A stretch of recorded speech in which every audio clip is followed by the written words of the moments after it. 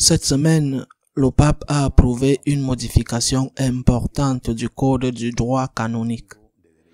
Bien que les médias en général se soient concentrés sur les changements qui se réfèrent à la protection des mineurs et à la punition de ceux qui abusent des mineurs, y compris ceux qui diffusent ou possèdent de la pornographie infantile, il y a d'autres points dans cette modification du code qui sont passés inaperçus et qui me semblent très importantes, en particulier celle qui se réfère à l'Eucharistie, au sacerdoce et par conséquent à l'Eucharistie.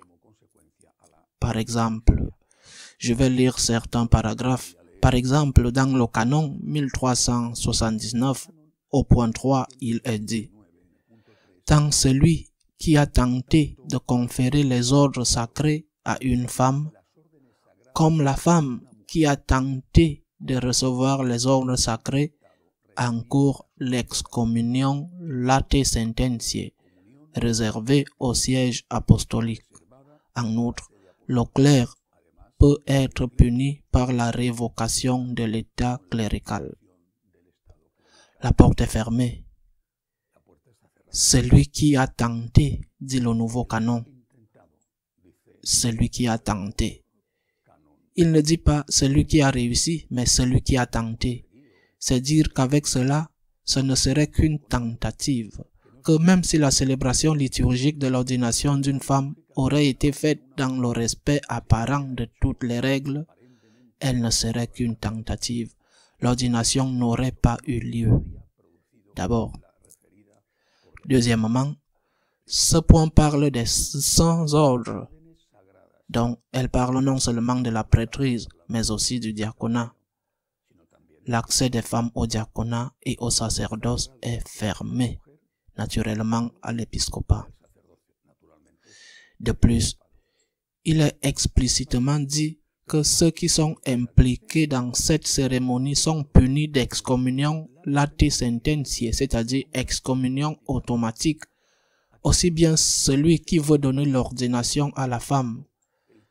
Ce serait un évêque, qui sont les seuls à pouvoir ordonner des prêtres, que la femme elle-même qui s'y prête, excommunion automatique. Une personne qui a reçu l'excommunion late sententiae automatique, il se peut que, tant que ce n'est pas public, bien qu'il sache, ou elle, si c'est une femme, sache qu'elle est excommuniée, elle puisse continuer à exercer, dans ce cas par exemple, comme l'évêque. Mais quand c'est public, et une ordination diaconale au sacerdoce ne serait jamais un acte que l'on ferait caché dans une chapelle où seuls les assistants, les personnes concernées, seraient présents. Quand c'est public, cette excommunion exerce immédiatement son effet. Ils peuvent même être expulsés du sacerdoce de l'épiscopat. Tentation, ils ne réussiront même pas. Cela n'est pas arrivé à tous les ordres saints, y compris le diaconat, et l'excommunion à celui qui le tente, aussi bien l'évêque qui confère, qui a l'intention de conférer les ordres, que la femme qui a l'intention de les recevoir. C'est une porte définitivement fermée et très claire d'ailleurs, catégorique.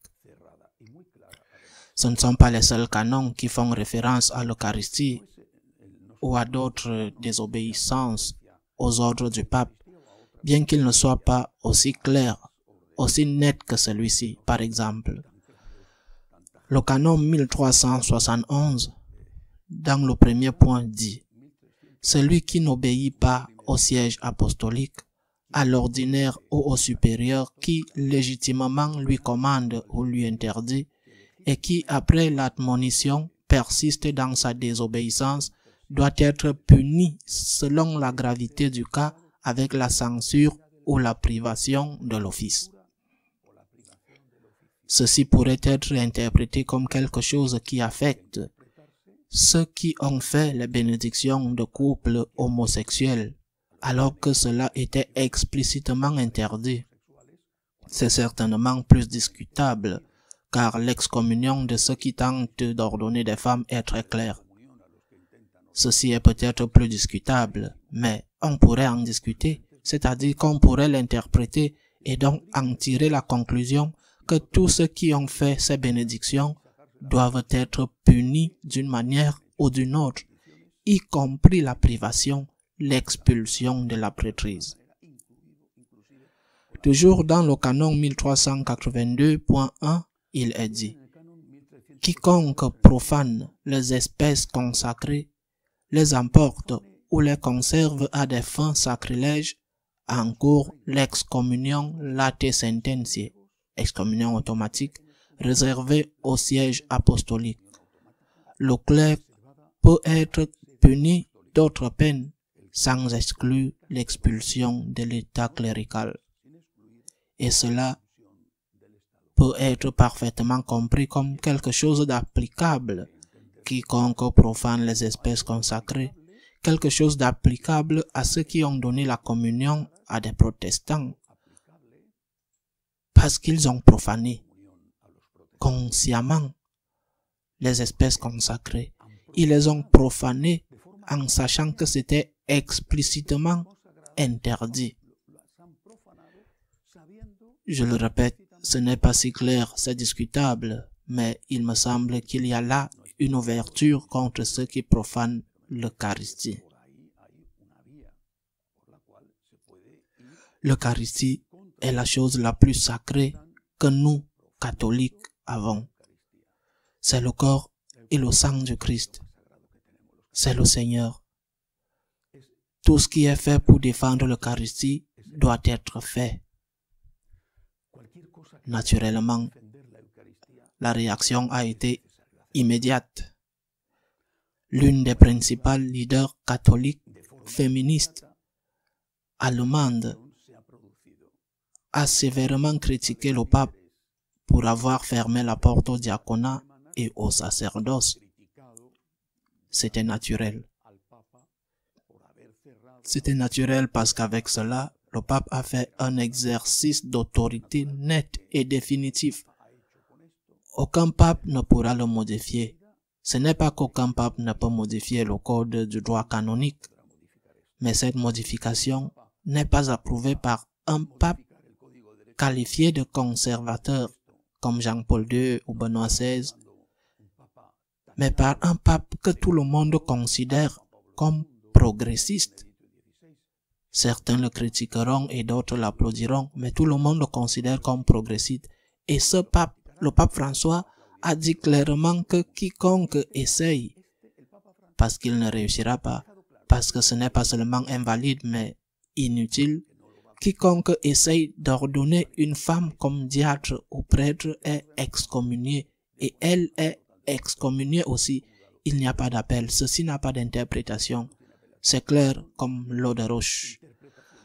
J'aurais aimé qu'il soit aussi clair, notamment sur le sujet de la profanation des espèces eucharistiques.